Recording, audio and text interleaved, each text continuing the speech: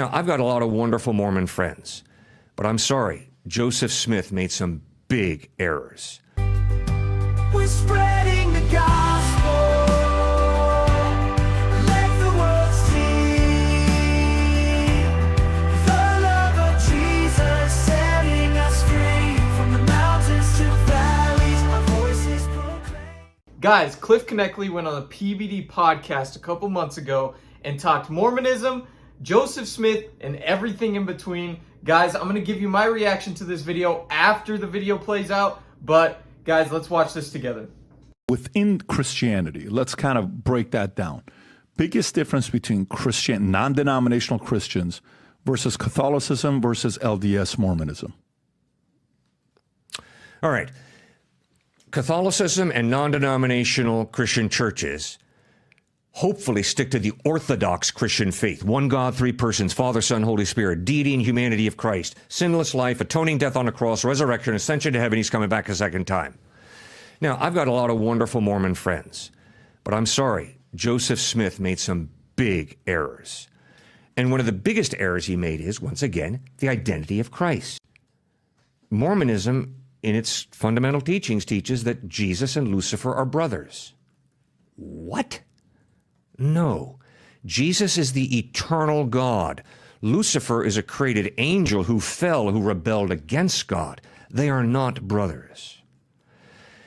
And there are other reasons that I think it's very hard to follow Mormonism for intellectual reasons. You got to be intellectually honest. And Joseph Smith, nice guy in many ways, but boy, oh boy, did he ever twist some of the teachings of Christ, not the least of which is polygamy.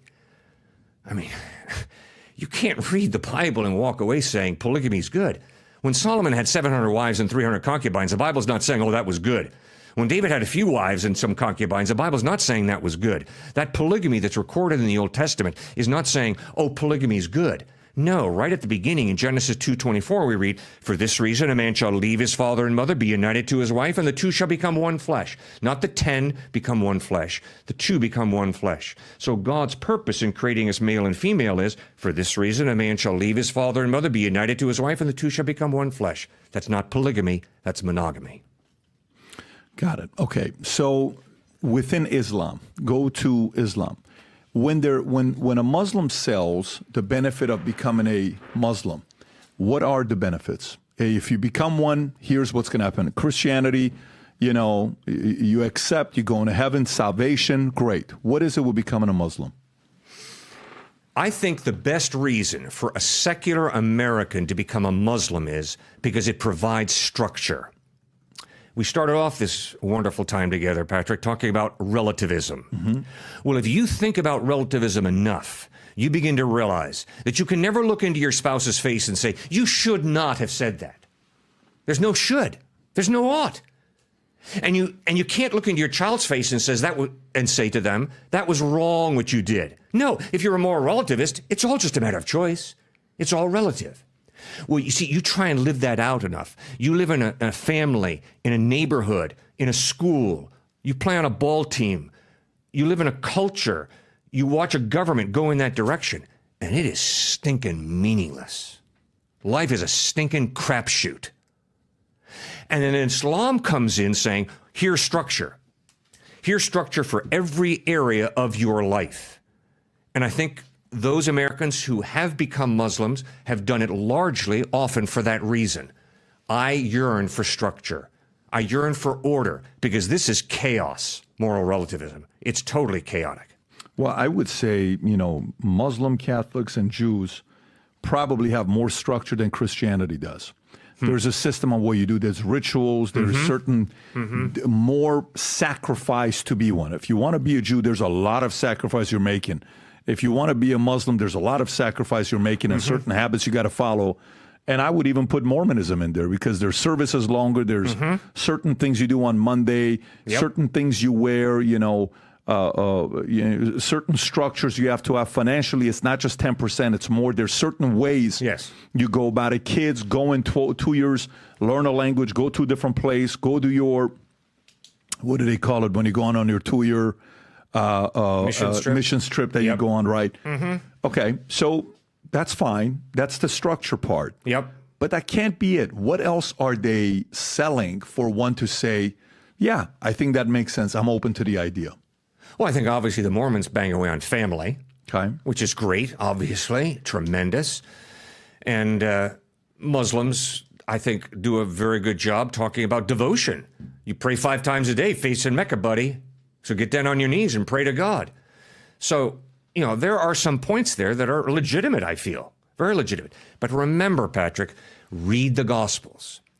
And it was some of the most structured people that gave Jesus the most difficulty. They were called Pharisees. And they had everything structured. And they had all the rules down, and they crossed all their T's and dotted all their I's. And they were dead in their structure. Jesus comes to cause a revolution of the heart where we are overwhelmed by God's amazing grace, and that changes us at the root of our being. So yes, structure is good, but watch out for structure, because structure can, especially in religion, be deadly. Legalism, Pharisaism, it can be lethal. Got it. I saw one of these exchanges you had with one of the students, Rob. If you can play this clip, I think I saw this on TikTok where, you know, he's going back and forth with you about Prophet Muhammad, about Muslim, and then you're going back at him and you're walking away. I just want to get your reaction on this, and if you can unpack this for me, that'd be great. Go ahead, Rob. To tell you the truth about God. Because the Quran is factual in many places, if it's ambiguous in a few places, and I believe that. Because I see the authenticity of the Quran. You can't show me 2 different versions and say these are both from God. I only see one version. When I see 10 different versions, I question, is it coming from God? How do we have 10 versions? Did God write this, or did the believers of God write this? They changed it, but when I only see one version, and I can show you the change of authenticity, and I believe in it. Come on, you're smart enough to have heard about Zayd bin Thabit. You know very, very well why there's one version of the Quran, I hope. Okay? You know what Uthman did, Caliph Uthman did. What did he do? He destroyed all the forms of the Quran that disagreed with the one that he chose through Zayd bin Thabit. How are you going to prove? Do you know the last time we introduced this ad, what happened to it? All right, guys. Well, that's where the video ends. So I just wanted to give my thoughts on things and just kind of break this down. So they talked about Mormonism, and Cliffe mentioned that Mormons believe that Jesus is the brother of Satan, which is true. That is in Doctrines and Covenants. So there's major problems with that. So in order for God to create Satan, that means that if Jesus and him were brothers, then God created Jesus, which is just not biblical, okay? Jesus always existed with the Father in unity. So therefore, we know that that's just a false teaching completely. Mormonism also is a polytheistic religion, to whereas Christianity is a monotheistic religion, which means one God existing as 3 persons within God. One being, 3 persons. Okay, so that is what Christianity teaches.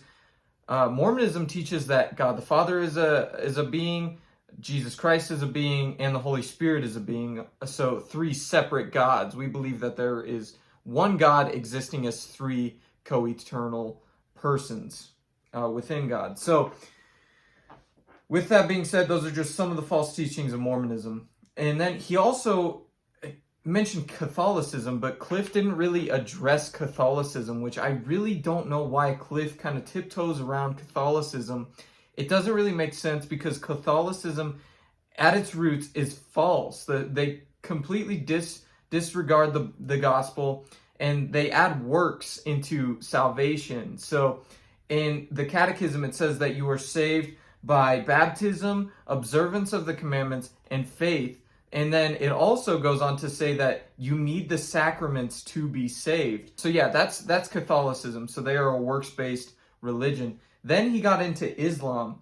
Islam is false as well, and it's just plain out like that. So one, Muhammad existed 500 years after Christ walked the earth, so he didn't even walk with Christ. In order to prove the Quran to be true, they have to disregard the Gospels and the Torah.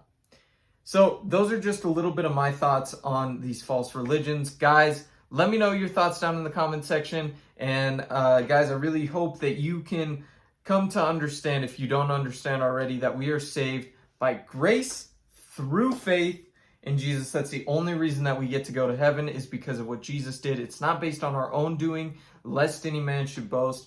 But guys, I hope that you all have a great day heading into the weekend. Guys, love you so much. We'll check you in the next reaction. Bye.